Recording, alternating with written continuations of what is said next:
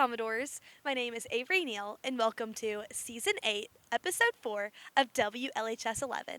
In this episode, Abby Still talks about this year's play, Izzy recaps our Veterans Day program, Abby Goodwin talks to our boys soccer coaches, and Lindley talks to us about the Lafayette Commodores Care program.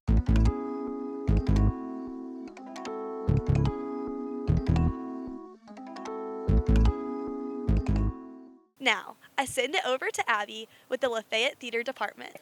This year for competition, our theater department is doing The King of Purple and Gold. It is an original play written by the very own Mr. Codling, the director of our program.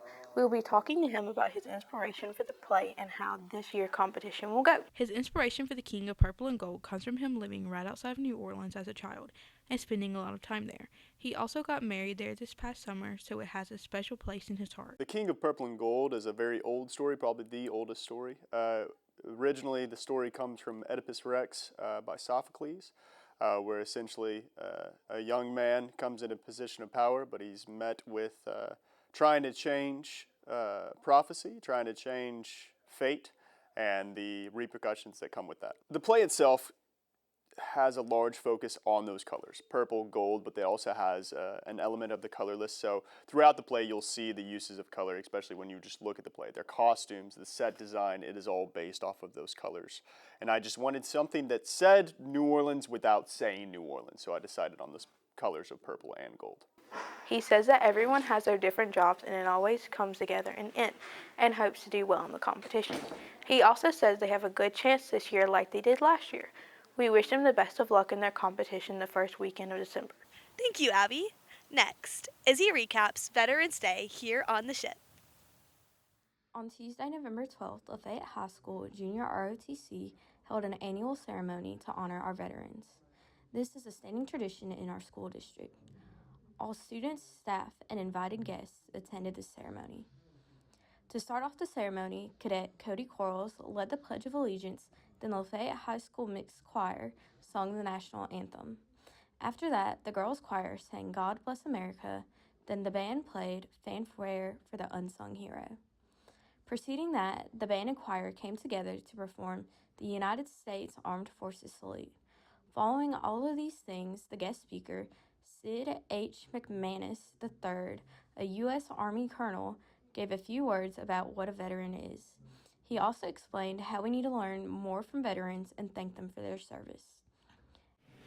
Please allow me to give a very brief history lesson.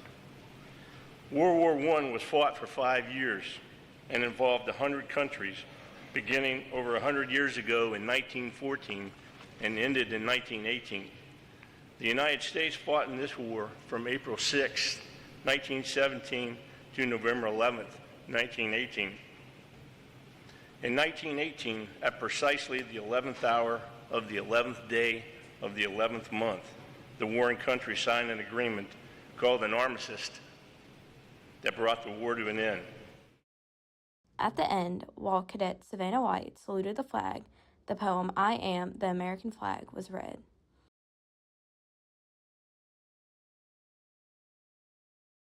I am the American flag.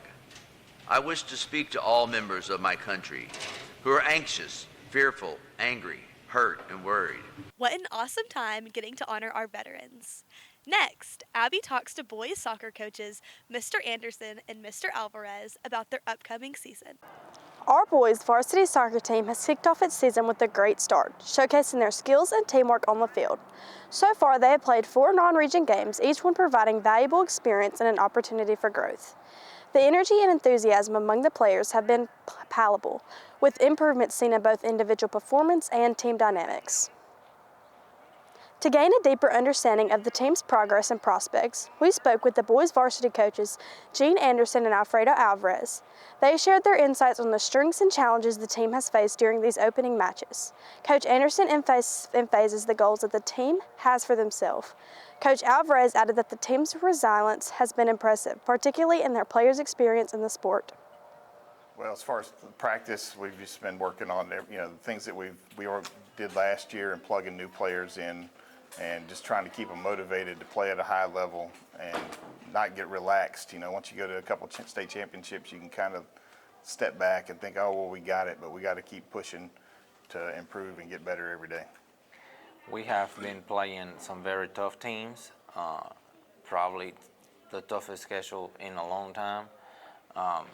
It's hard, but we have been learning a lot, and it's making us better. So it's a bigger challenge.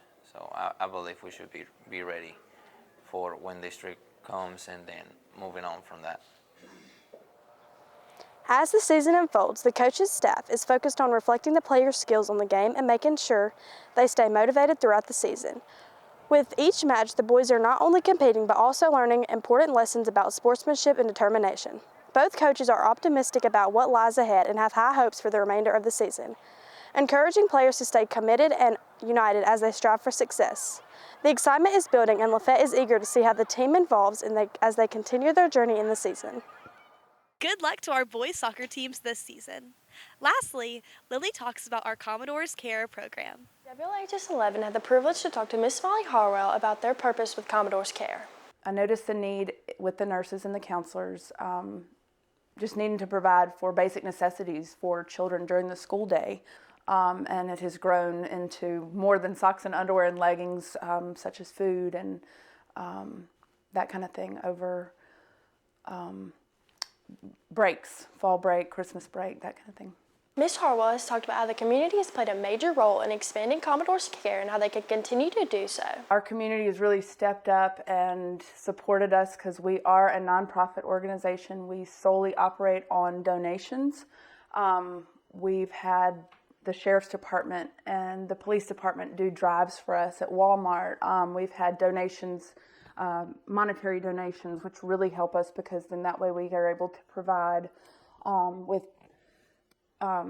needs. If I get a phone call from a nurse or a counselor for a pair of shoes, or we've had houses burned down, so we've had been able to provide necessities for our children of our district. So money is always a great thing because we are able to provide with whatever they ask for. So now back to Avery. Thank you so much for watching, and I will see you next time, right here on WLHS 11.